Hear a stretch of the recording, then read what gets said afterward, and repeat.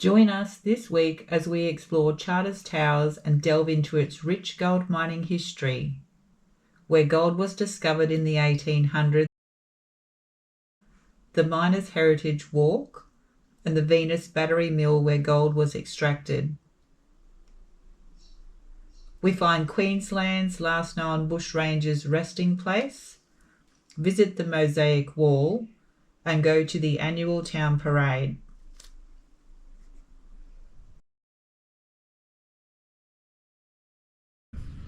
Today we're saying goodbye to Hughenden and all it has to offer, and heading towards Charters Towers, where we'll stay for a couple of days.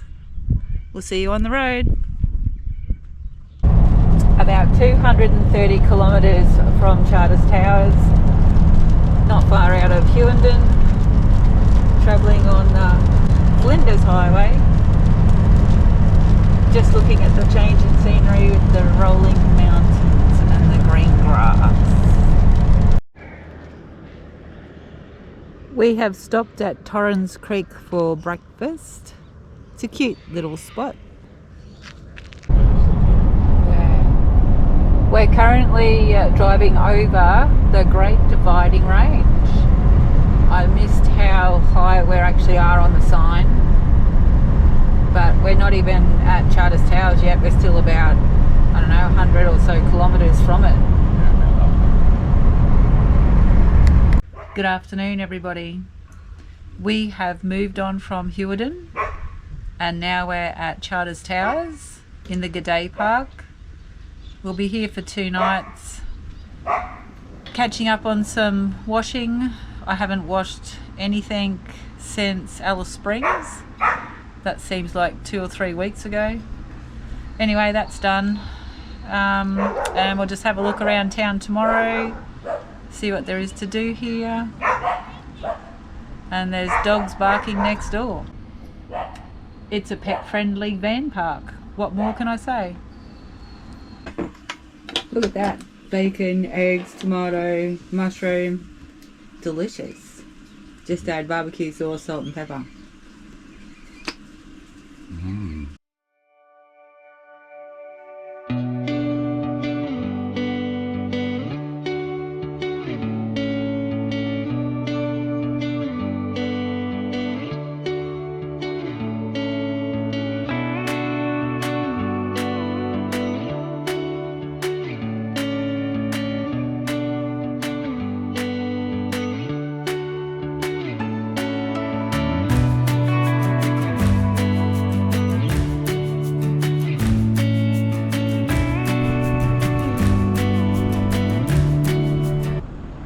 This mural was built with 5 million pieces of 1 centimetre square tiles.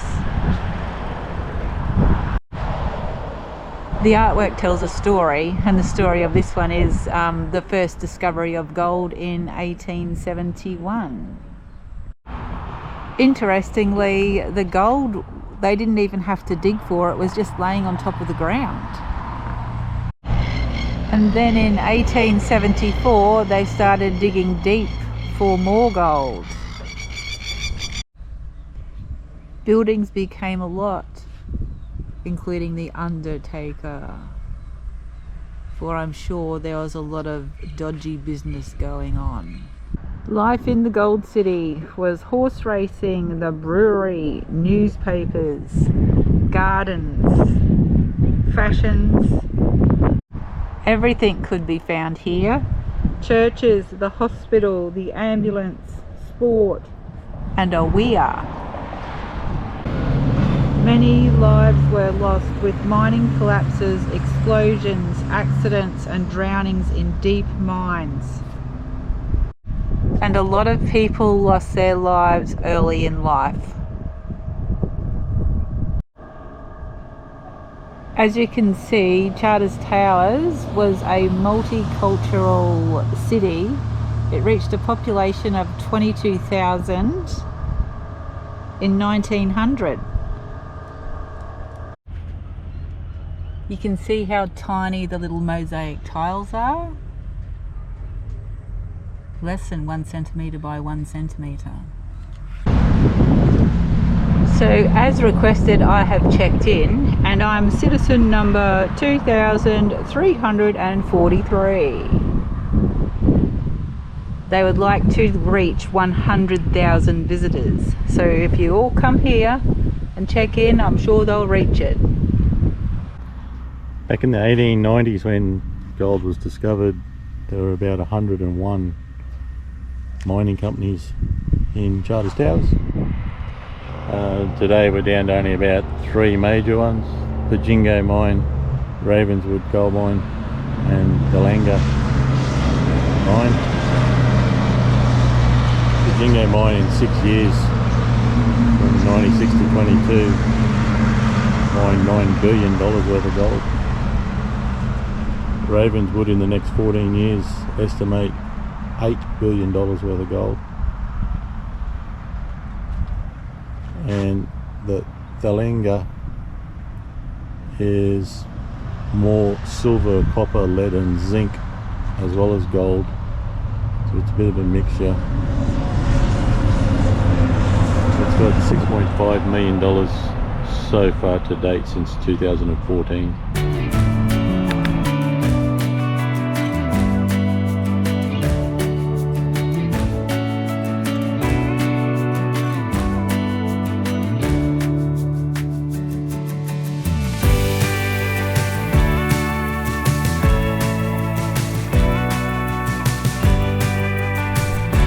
So gold was discovered here at Towers Hill first back in 1872,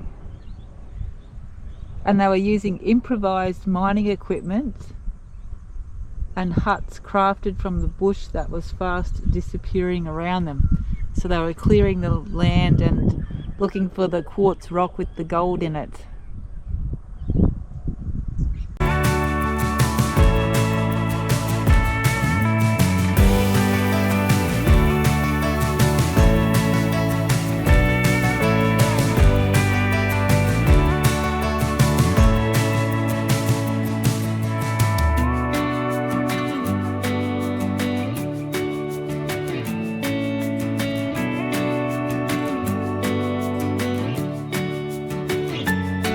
A World War II bunker.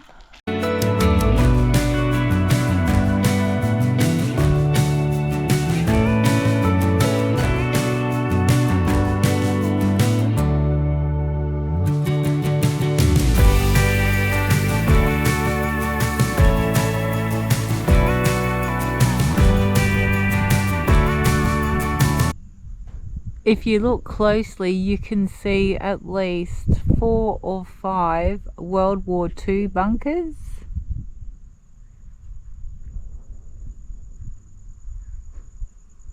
They were scattered through the Towers Hill.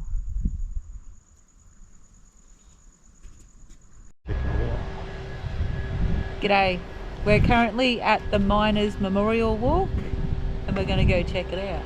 G'day. So this walk is a place to reflect on the sacrifices of the miners over the last 150 years in Charters Towers. This is the number 3 day dawn shaft. I don't know if you can see down there very well, but it's quite deep.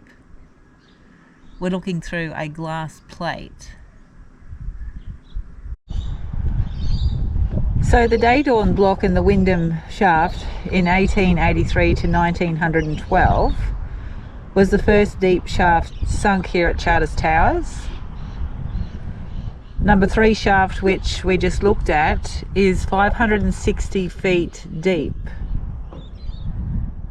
And they took out 589,531 tonnes of ore, which then gave them 552,851 ounces of gold.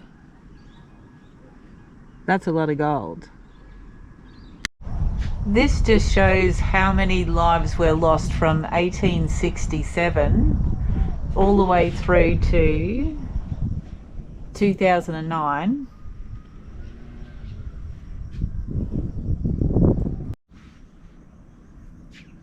The worst loss of life came from a fire that broke out in one mine, and the fumes travelled through the shafts to other mines, and they lost, I think, 7 miners.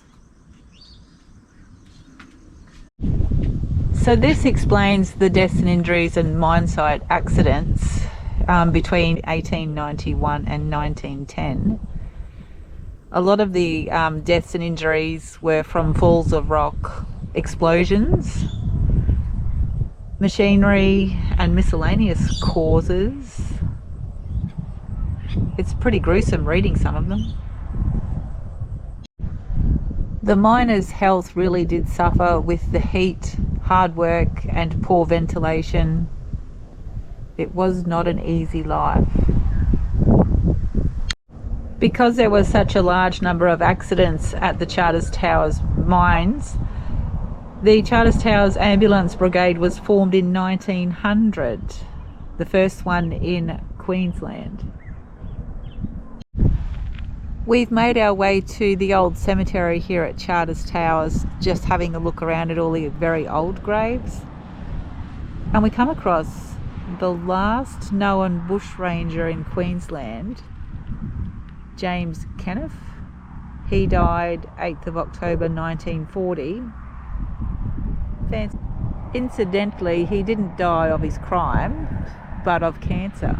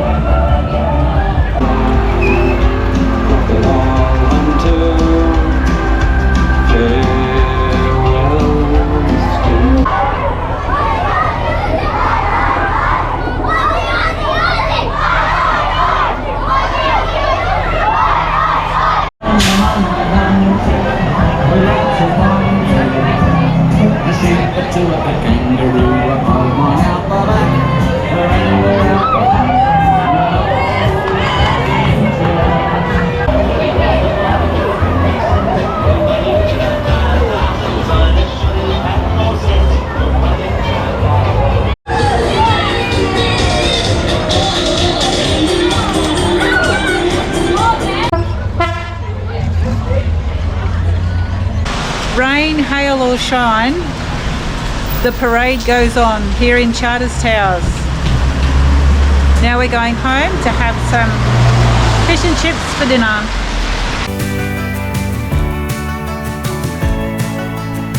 Prospecting party made up of Clark, Fraser and Mossman and a young boy by the name of Jupiter. They'd come into this area from Ravenswood, about 100 kilometres southeast of here. They'd prospected around for a couple of months, had done no good. Terrible actually. They'd done that bad, they hadn't even found enough gold to pay for the tucker they'd eaten. So they were heading back towards Ravenswood thinking gold mining's not for them. And they noticed Towers Hill and its associated pinnacles, so they headed over towards the hill. As they approached the southern end of the hill, tropical storm eventuated, caused their horse to run off. They sent Juba off on the mission to round up the horse. A couple of hours later he came back into the camp towing the horse with the revelations he thinks he's discovered gold, but he wasn't sure. So the next morning they led him back to the northern end of the hill, and literally sticking out of the ground was a gold reef. That gold reef became known as the North Australia. It was the first gold mine on the field. Because after they discovered gold, and then had to trudge all the way back to Ravenswood, register their claim with the government, and get back to Ravenswood from here, you got to cross the Burdekin River. And when they got to the Burdekin, it was in flood. So they had the privilege of sitting on the banks of the river for 2.5 weeks. You can bet they were stressed for 2.5 weeks. They got back, got their claim registered. 26th of January 1872 was declared a gold discovery. While they were in Ravenswood, this fella here, Edmund Bland, he noticed Hugh's agitation. But he's under something good. So Edmund followed Hugh back to this area when he came back. And when Edmund got here, he started to look around. He noticed very quickly the gold they were getting was in rock. This is the reef gold field, it's not alluvial. You got to dig up the rock, crush it to liberate the gold. So Edmund thought, well, there's a job here for me. So he scouted around and he ended up out here where we are today. Pegged himself a machine release, marked there on the map on the wall. But he had the same problem Hugh had. He had to trudge all the way back to Ravenswood, and he tangled with the river too. And he got back, got his claim registered. He then scouted around for a mill to bring here, found one in Townsville, sitting on the wharf, been brought to Australia from England. So we organised for that mill to be carted from Townsville to here.